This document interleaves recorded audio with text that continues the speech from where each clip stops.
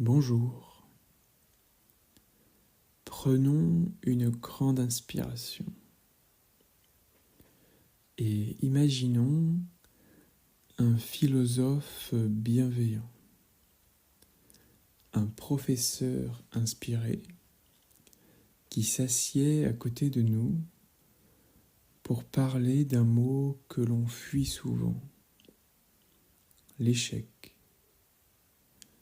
Cet homme, c'est Charles Pépin, philosophe, écrivain, enseignant. Il est aussi un grand vulgarisateur. Il aime relier la sagesse des philosophes anciens à nos questionnements contemporains. Dans le livre « Les vertus de l'échec », publié en 2016, il nous propose une réflexion lumineuse et accessible sur une notion que nous redoutons tous et qui pourtant contient une richesse insoupçonnée.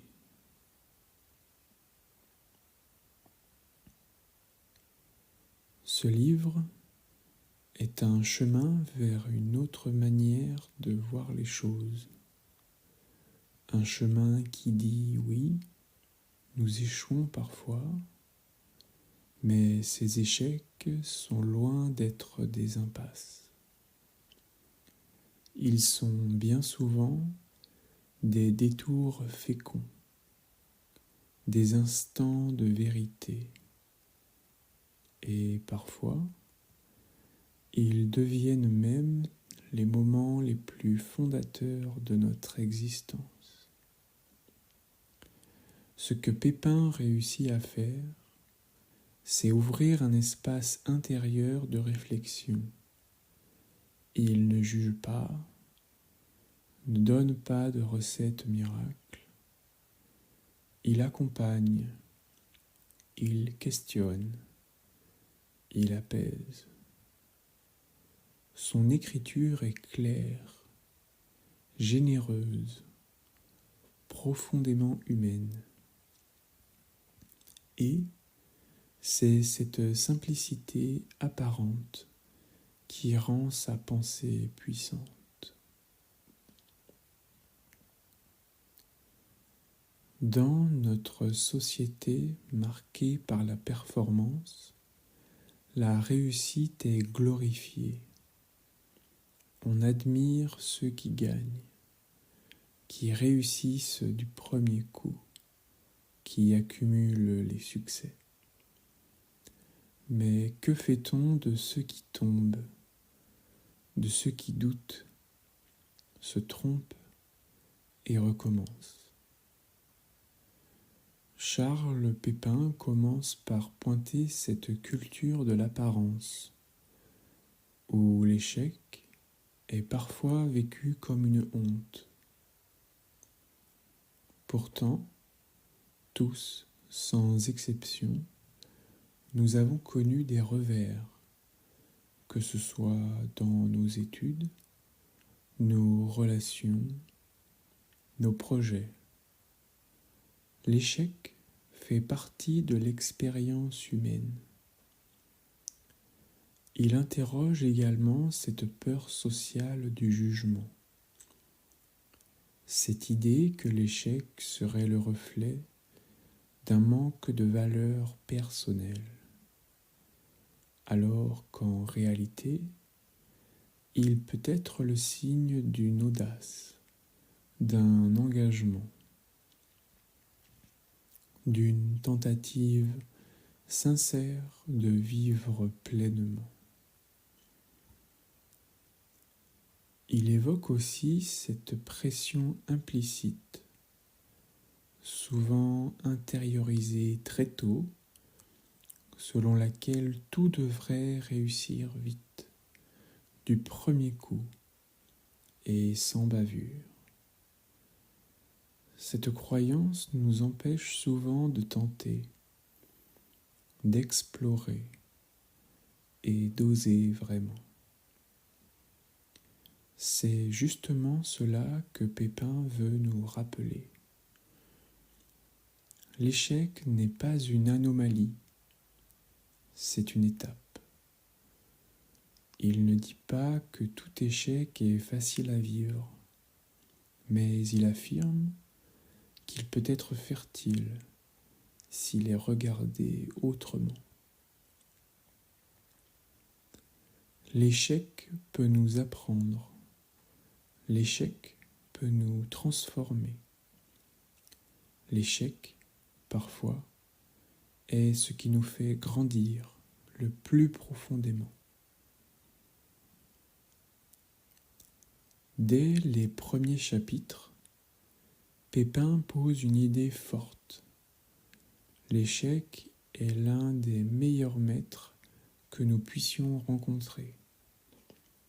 Il parle du philosophe Alain qui disait « Penser, c'est échouer, toujours ». Et il nous montre, à travers des exemples concrets, que nous ne comprenons jamais aussi bien lorsque nous nous trompons. L'enfant apprend à marcher en tombant. Le scientifique découvre en ratant ses expériences. L'artiste progresse en échouant. Ce que l'échec nous donne, c'est une connaissance incarnée. Ce n'est pas une théorie abstraite, c'est une leçon intime, profonde, une invitation à affiner notre regard, notre méthode et notre rapport au monde. À travers les récits de Simone Veil, de Freud ou encore de Mandela, Pépin illustre combien ceux qui ont osé se confronter à leurs limites ont trouvé dans cette traversée la matière même de leur force. Et il nous encourage, chacun à notre manière, à retrouver cette posture d'apprenant, d'explorateur de soi. L'échec devient alors une source d'énergie vitale, une chance de recommencer autrement, avec plus de conscience.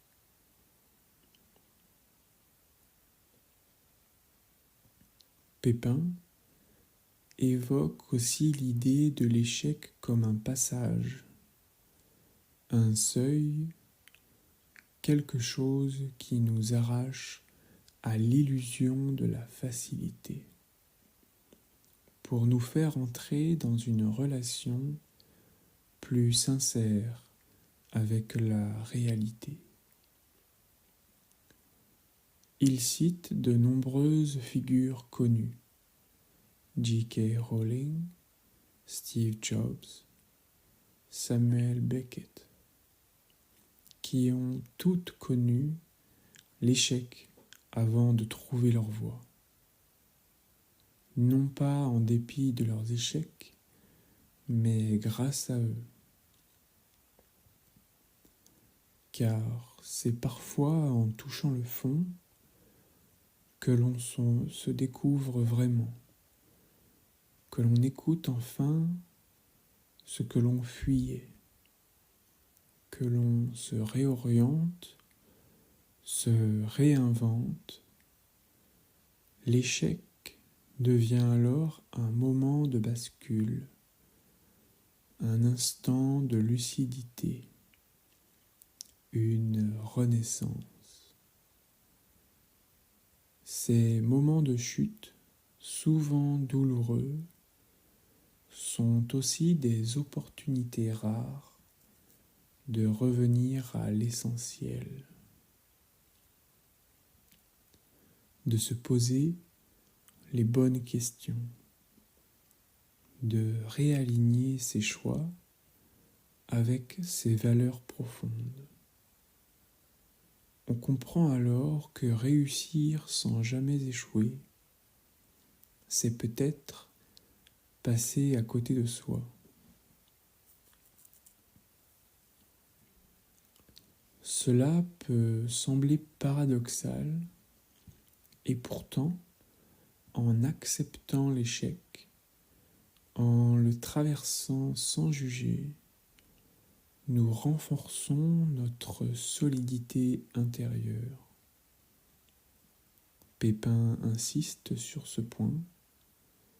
Ce n'est pas en réussissant tout ce que l'on devient confiant. C'est en osant, en échouant, en se relevant. Il évoque la confiance comme une posture face à l'inconnu. Et l'échec, dans ce contexte, devient un terrain d'entraînement. Il nous apprend que nous sommes capables d'encaisser, de tirer des leçons, de repartir.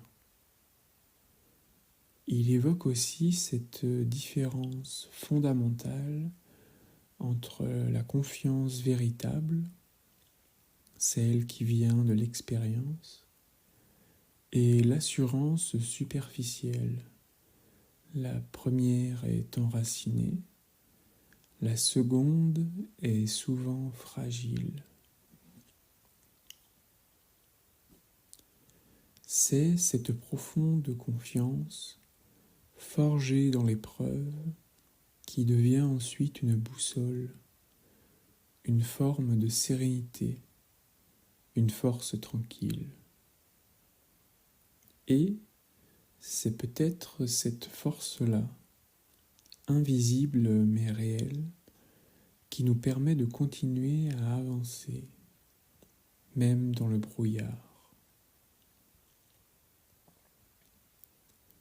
Pépin nous invite aussi à voir que l'échec nous rend plus humains. Il nous rapproche des autres, il nous sort de la posture de supériorité pour nous ramener à la condition commune.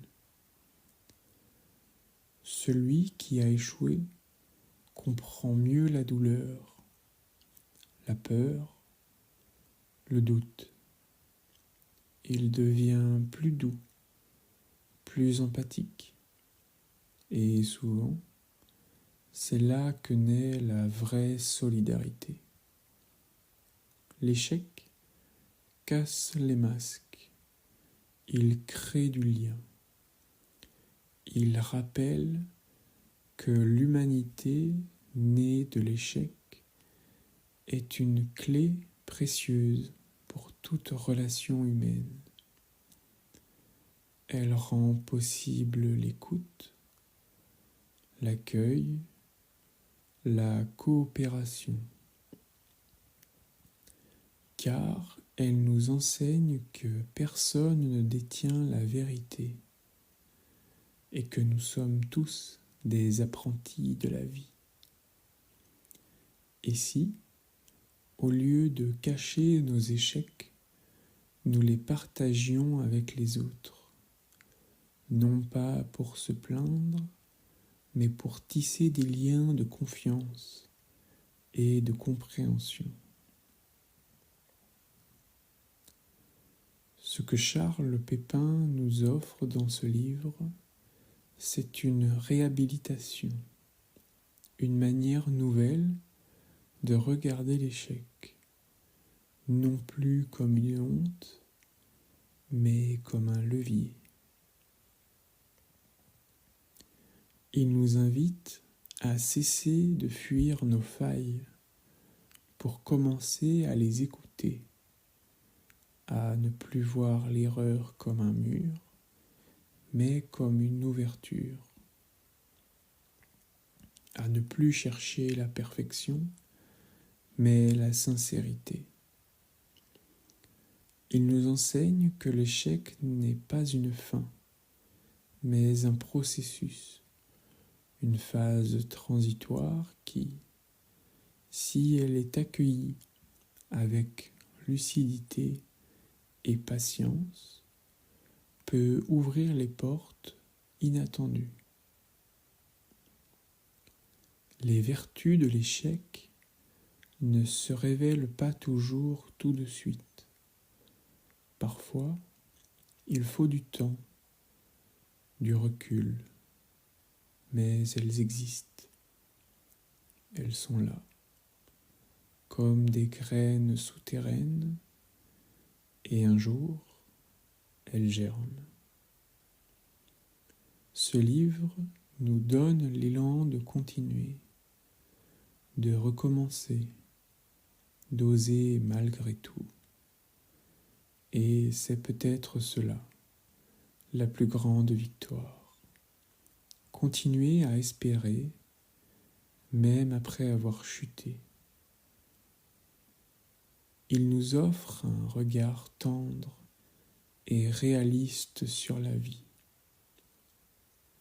Et cela en soi est déjà une force immense. Et s'il fallait échouer pour mieux vivre, non pas pour souffrir, mais pour mieux sentir, pour mieux aimer et pour mieux choisir. Alors, si vous êtes en train de vivre un moment difficile, si un projet n'a pas marché, si vous vous sentez perdu, respirez. Ce n'est peut-être pas la fin. C'est peut-être un passage vers autre chose, vers une version de vous plus libre, plus lucide, plus ancrée. Ce que Charles Pépin nous dit, au fond, c'est ceci. L'échec n'est pas un problème. C'est une accumulation d'expériences. Et, comme toutes les expériences, elle peut nous grandir si nous savons l'écouter. Il nous invite à faire de nos chutes non des poids, mais des tremplins, non des cicatrices honteuses, mais des marques de sagesse. Alors, la prochaine fois que vous tomberez, souvenez-vous, c'est peut-être déjà là que tout commence. Et si vous acceptiez avec douceur de faire de vos chutes un tremplin? Et si, à travers chaque échec, vous commenciez à écrire quelque chose de plus vrai, de plus profond, de plus vous? Prenez le temps, respirez, et laissez le silence qui suit cette lecture vous murmurer ce que vous avez peut-être oublié, que vous êtes déjà en train d'apprendre, et que c'est très bien ainsi. Merci d'avoir pris ce temps pour vous, et à bientôt.